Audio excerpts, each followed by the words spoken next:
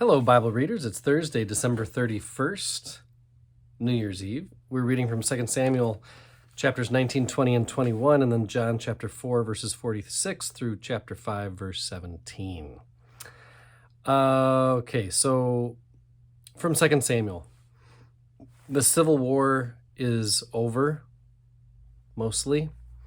David and Absalom have had not only their falling out, but Absalom, in gathering people to his cause, has really highlighted the cracks that already existed that David had somehow been able to work through and work with. And so as David comes back to his throne, we see his power is diminished, his reputation is dented. His return doesn't just magically bring everything back to normal, as maybe he and others had hoped it would.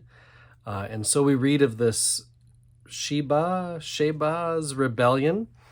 He's from the tribe of Benjamin. He calls for secession, and then some in the north support him. This might feel surprising once the leader of, Absalom, once Absalom is dead, you might think, well, maybe everybody's just going to fall in line behind David, this king that brought so much wealth and good fortune. But no, the germ of rebellion is spreading. And most likely it's the last gasp of Absalom's constituency. But although this particular rebellion is snuffed out, we're going to see these cracks that were exploited by Absalom and his followers. We're going to see the cracks between North and South get much deeper and much more destructive. So that's where this is going. And then chapters 21 through 24, it's like, okay, we've gotten through the story of David, through this civil war and rebellion. And now we've got a few more stories that are worth telling, but they didn't really fit anywhere else in the narrative. So here's some. That's kind of how they feel to me. So that's what the last few chapters of 2 Samuel are going to be like. As for the Gospel of John, we are into the second sign. Remember, we're in the book of signs. The second sign happens at Cana as well, kind of forming a bookend. You've got the wedding at Cana, and now this second sign at Cana. We see that it's not the presence of Jesus that affects the healing, but his word. It's simply the word of Jesus that carries the power.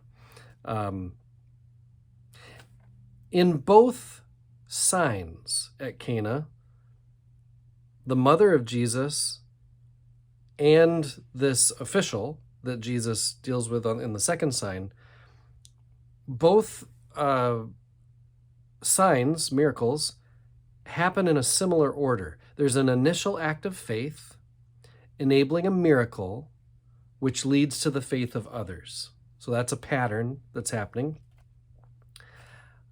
So far, what we have in the Gospel of John is what was said in the prologue is being acted out in the story of Jesus, in the ministry of Jesus.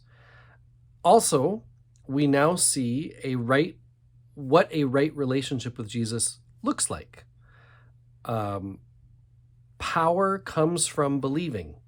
There is power that comes from receiving this word.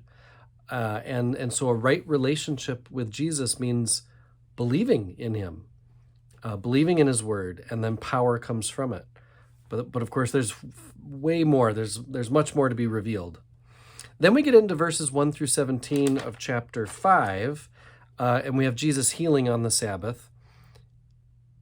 We change places again. We go from Cana in Galilee.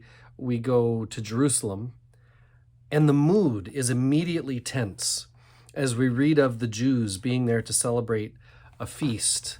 I'm going to say more about this episode next time. I am one with my God. My God is with us, all of us, at all times and in all places.